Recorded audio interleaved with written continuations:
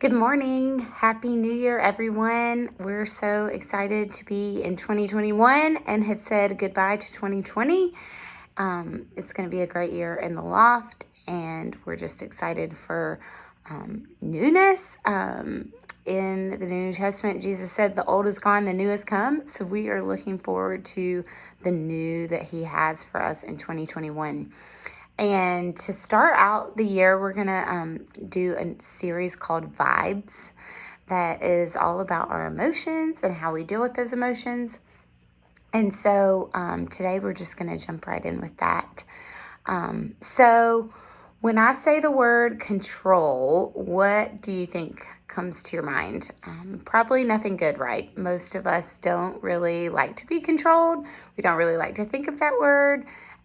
Who wants to be told what to do? Nobody. I think as teenagers, between curfews and driving restrictions and attendance policies and all the rules on the athletic field and the one teacher that won't let you go to the bathroom or whatever it is, everywhere we turn, we feel like somebody's trying to control us in one way or another. And it can seem super annoying. So I think most of us would agree that being under somebody's control, or the idea of that, being told what to do, is not really something that we want to deal with. So here's the thing. As much as we resist that idea of control, all of us are, every single one of us are controlled by one thing. We might not say this, but I think we're all really controlled by our emotions, our moods, our vibes, how we're feeling on the inside. And if you've ever been around my kids or any young kids, you would know that to be true. If you tell Kai he has to go do this and can't stay up in the loft with, you guys, he'll be like, "Mom, but I really, really want to." Or you've asked a kid to share their favorite toy and they don't want to give it up. So I think you see it really loudly with them, but we all struggle with control and giving that thing up. And it's a teenage and an adult thing just as much as it is a kid thing, but it may not look the same. We may not have this huge meltdown, but inside we're really struggling. Like, I don't really want to do that. So if you could think of a time when maybe your emotions got you in trouble, maybe you got into a fight with your mom or dad, or said something in the middle of an argument that led to a huge blow up and then you got grounded. Or you said some pretty terrible things about somebody because you were really jealous of them and then you really regretted what you said. Sometimes our emotions just take control of us. And when that happens, we don't always make the best decisions. So before we go any further, think for a minute about a negative emotion that you think has the most control over you. What is that one emotion, when you feel it, it's almost always seems to take over? It may be anger. It may be anxiety. It may be jealousy, loneliness, guilt. The list could be so long. So, what is that one emotion for you that you feel like you can't seem to move through?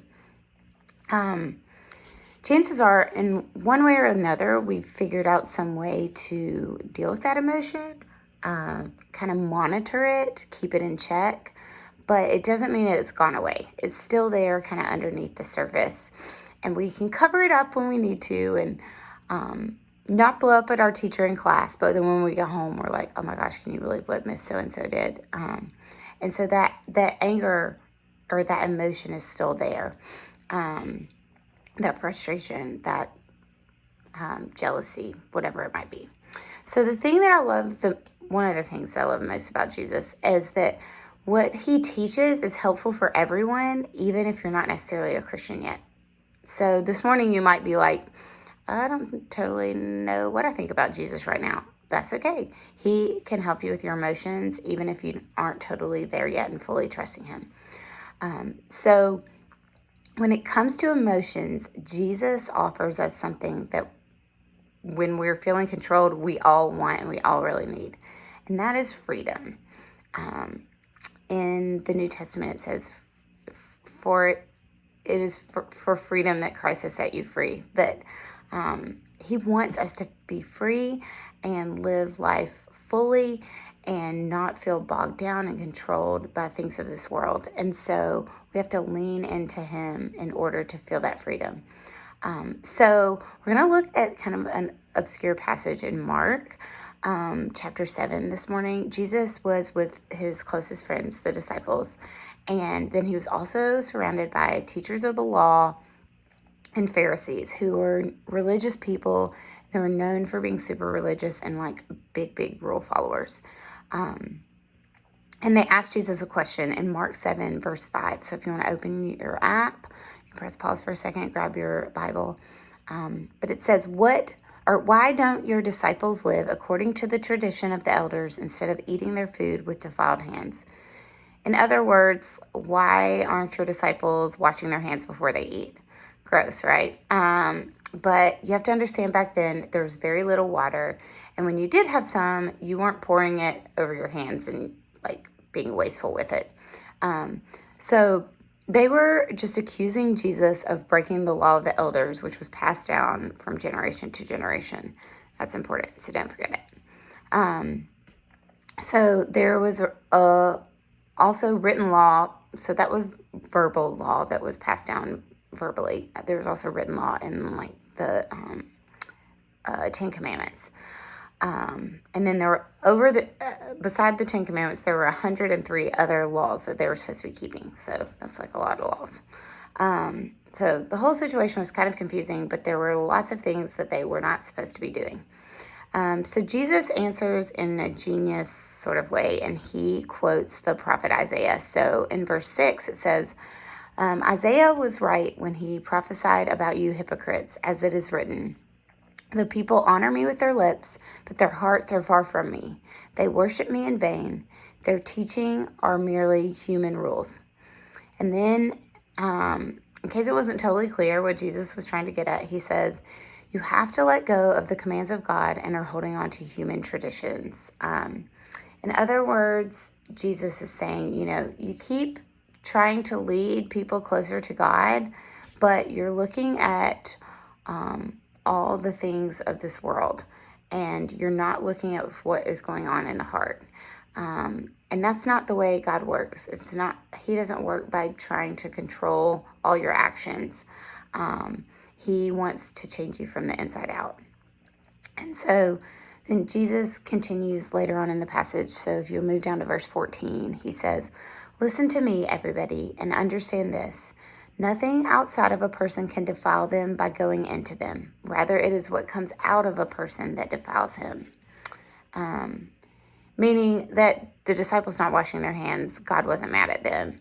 God is bigger and better than that. And back in the day, they were very obsessed with all the laws, and we do need to follow, God's law. But what God was getting at is he's more concerned about our heart.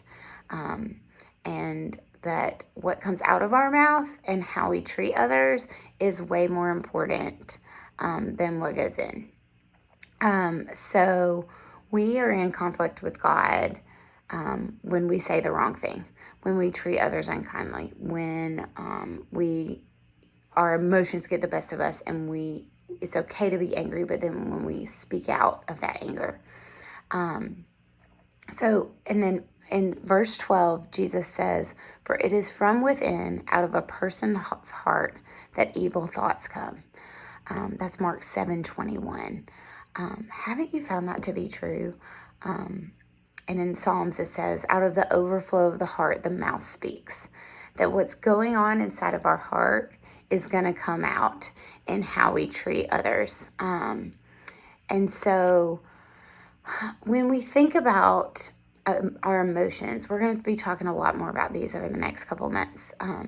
The anger that we don't seem to have the control over, the FOMO that maybe gets us in trouble and causes us to have some sort of regret, the fear that we, especially right now that we're living in with the virus and everything going on, and we wish we could just chill out a little bit. That all comes from our internal environment, from our emotions. So we're going to dig in over the next couple of weeks and pay attention to the world inside of us. It's easy to stop paying attention to what's going on in and just paying attention to friendships and Instagram and what's on the outside and who's doing what and what we're missing out on and all of those things. But what's going on inside of us is really important. And so our emotions are not always bad. So, I mean, some of the ones we've talked about this morning are the negative ones, but we have kindness and we have love and we have peace and there are all these other amazing positive emotions. So I want us to remember one simple truth this morning. Because of Jesus, our emotions don't have to be the boss of us. You know, you're not the boss of me. What kid has said that at some point in their life? But when you think about anger, it's not the boss of you.